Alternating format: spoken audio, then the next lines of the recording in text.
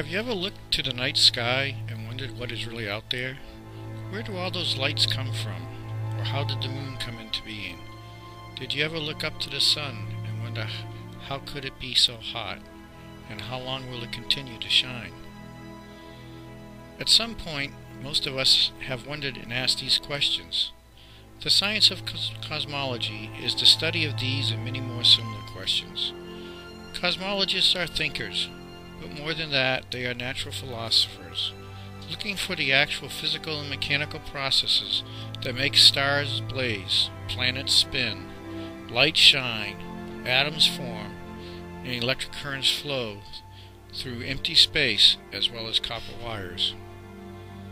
One of the most common yet least understood areas of study by cosmologists is gravity. While physicists generally can describe the effects of gravity, such as acceleration, field strengths, various anomalies, etc., what cosmologists are looking for is the answer to its inner workings. What is gravity exactly, and what are the mechanics of how it operates? These are the questions that classical theories of physics such as quantum theory and relativity fall short of answering.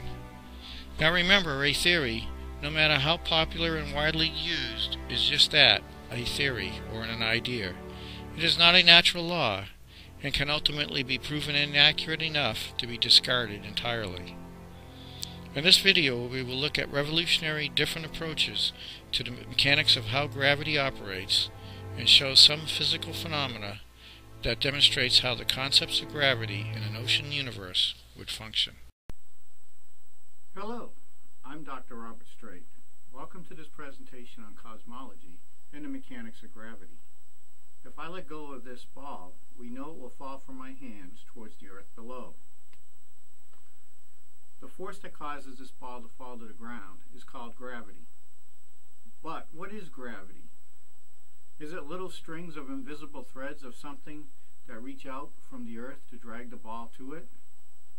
For several hundred years now, since 1666, when the power of gravity came to Newton's attention, while he was watching an apple fall from a tree, natural philosophers and physicists have been trying to explain not only the effects of gravity, but with no success, what actually makes it work. Without today's technology, especially our powerful computers, trying to create a model of the universe that explains why gravity exists at all, never mind how it works mechanically, would not be possible. Today there is a theory that explains not just the effects of gravity, but the mechanics of how it works as well. Gravity is in many senses the universal force that we will see in this series of presentations operates from the atomic to the cosmic scale. If you think back to your high school or college physics classes, you will remember the instructor telling you that gravity is a force that allows a massive body to attract other masses to it. However, this idea was formulated before we had our modern technology and supercomputers to measure and analyze the universe around us. Today we can understand that gravity is not a pulling force. In fact, gravity is not an attribute of a body of matter at all. Gravity belongs to something more massive than all the matter in the universe, something that permeates the largest rocks to the smallest atoms. So let's take a look at how gravity works. As you can see in this popular physics demonstration video, gravity is generally thought of as some sort of mystical force emanating from a body which is pulling on other bodies. The generally accepted view is that smaller bodies are pulled towards bigger bodies, as demonstrated by this video of our robot man walking on the Earth. Notice how in popular physics the gravitational force is represented by the large red arrows pulling the figure towards the planet. Even when discussing planet relationships, physicists will portray the larger planet as pulling on the smaller planet. Yet with our technical and scientific resources, physicists and cosmologists are unable to explain how gravity works.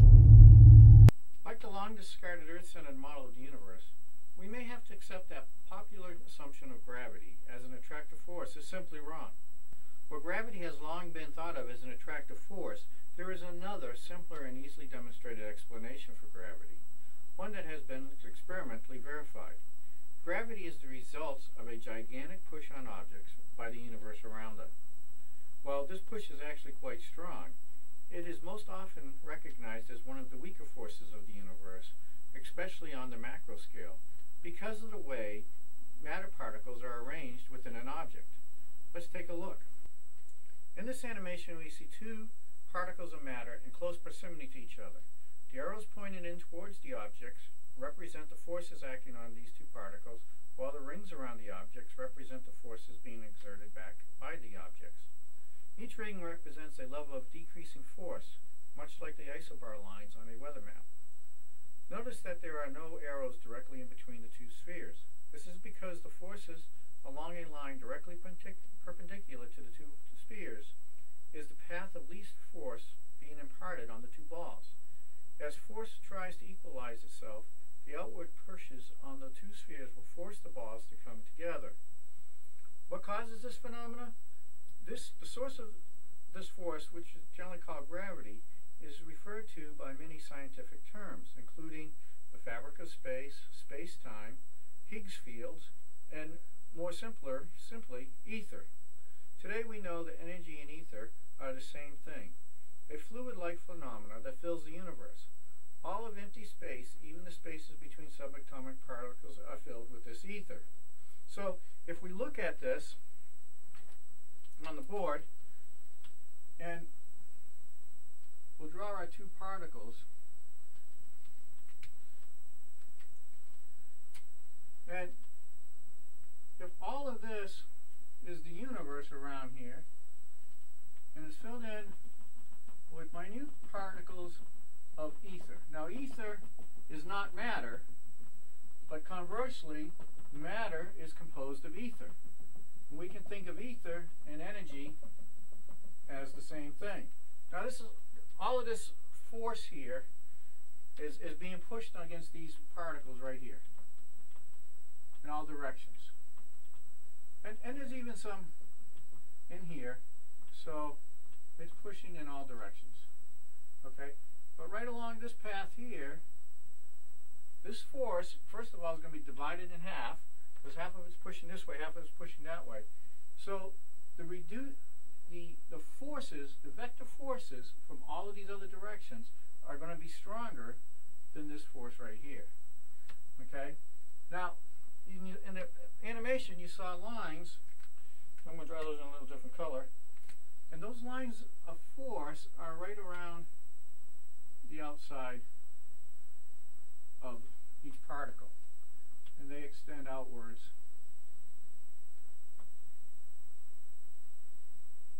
And what these forces are is these lines represent the pushback.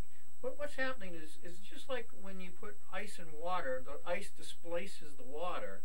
And that particle of energy, a solid particle like this, let's say this is a proton, will push back against the energy around it, and it's trying to displace it. It's trying to force it out of its way so it can exist. No two things can exist at the same time. So we have these isobar-like lines. I'm a really poor circle drawer here.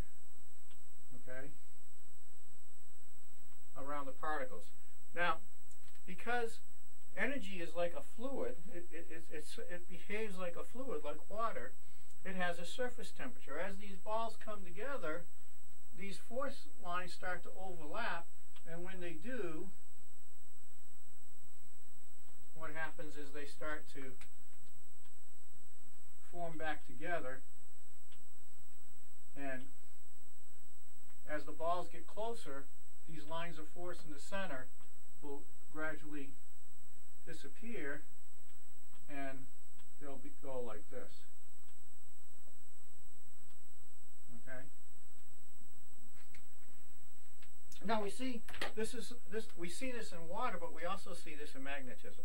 If this was a magnetic bar and this was a magnetic bar, and you were going to bring those two bars side by side like that, the magnetic fields would follow this here, and we'll see that in a little video clip in a minute. But this is what's happening. This is your gravity. This pressure pushing against these objects is the gravity. Gravity is forcing these two together. Eventually these two circles, just like you saw in the animation, would come together. So let's take a look now at some documentation on this and how this works. It's very similar to an effect called hydrostatics. But then we'll look at a little movie clip of how this really works and how the ether is really out there and how it's really causing, it can really cause two plates to come together with no other force. All right, so we'll go look at those and we'll be back in a minute. In the 17th century, a French scientist and one of the founders of the French Academy of Sciences, Father Edmé Marriott, discovered that two or more objects floating in a liquid would be attracted to each other, regardless of where they were placed on the body of the liquid. In these extracted pages from a textbook on general physics by Dr. Henry Crew, we see some diagrams of this phenomenon. In this first diagram, we see two floating objects that are wetted. That is, their surface allows water to exert a capillary action upon them. These objects will be pushed together as the forces on the outside of the object is greater than the forces between the objects.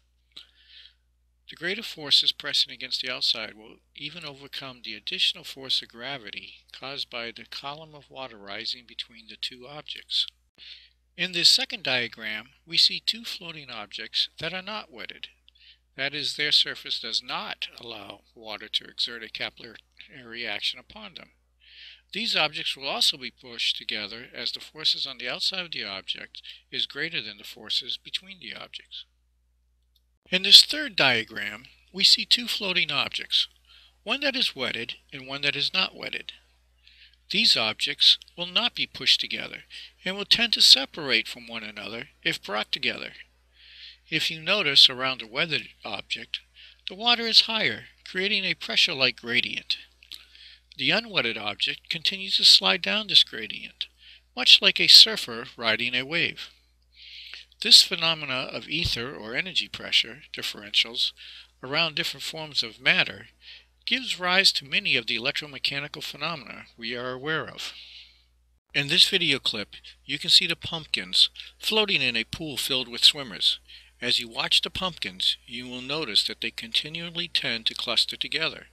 Even as the movement of the swimmers occasionally breaks up the clusters, the pumpkins quickly regroup. Actually, the movement of the swimmers seems to accelerate the clustering effect rather than dampen it. We have explained the compressional effects of ether and energy on matter and looked at some analogies. Now let's look at an actual experiments begun in the 1950s with the work of Richard Feynman, Julian Schwager, and Hendrik Casimir that demonstrate the compressional forces on matter of ether or energy filling empty space. Matter, Paul Dirac, and the man behind America's atom bomb, Robert Oppenheimer. The atmosphere at the start of the conference was grim. Confidence in quantum electrodynamics was at rock bottom. It seemed a hopeless mess. One after another, the physicists stood up and droned on despairingly about how they'd failed to find a solution. Then it was the turn of Richard Feynman. Barely 30 years old, he stood up and took his place in front of the world's most illustrious scientists and started to unveil his new diagrams and equations. What happened next was astonishing. A row broke out, not so much over Feynman's weird description of reality. Physicists were used to weird by now, but because he dared to visualize what was going on.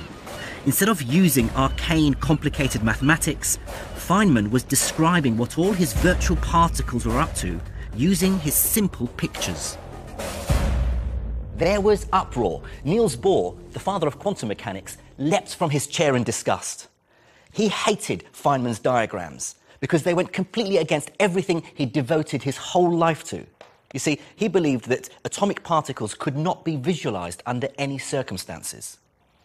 Feynman defended his new theory, trying to explain that the diagrams were simply a tool to help visualize his new equations. But the rest of the scientists, including Paul Dirac, wouldn't hear of it. They called him an idiot who understood nothing about quantum mechanics. Feynman ended his lecture bruised but unrepentant. He knew that his diagrams and equations were correct, if only he could convince the others.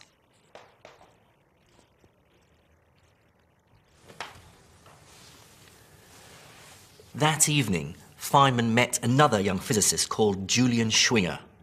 Now, Schwinger was the same age as Feynman and had been identified as a child prodigy at the age of 12.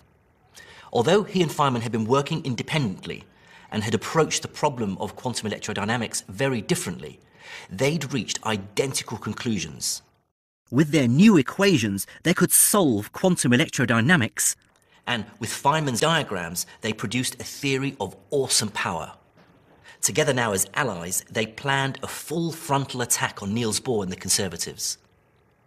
By the end of the conference, the mood in the Pennsylvanian roadhouse had changed from one of frustrated hopelessness to one of excitement and idealism. Over the next few years, their theory was fleshed out and rapidly became the most accurate and powerful theory mankind had ever had.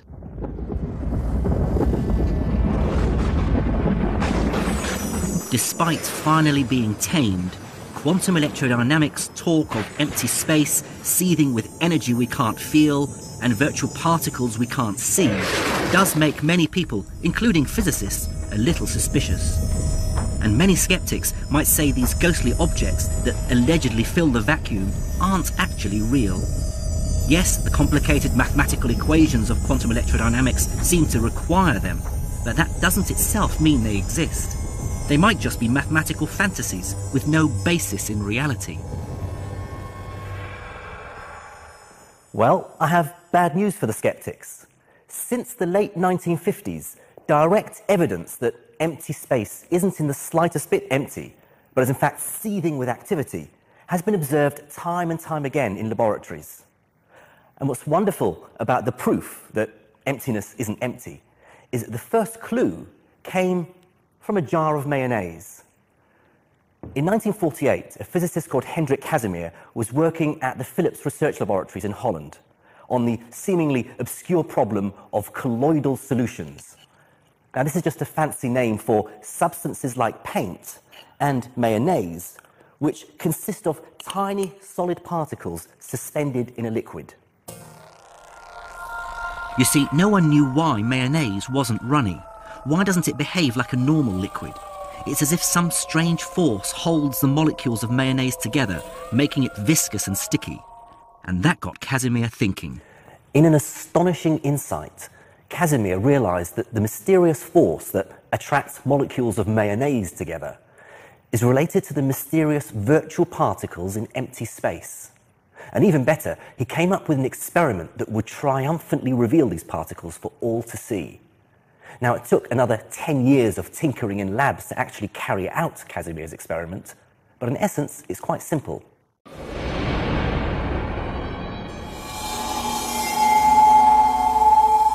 You suspend two metal plates very close to each other in a vacuum.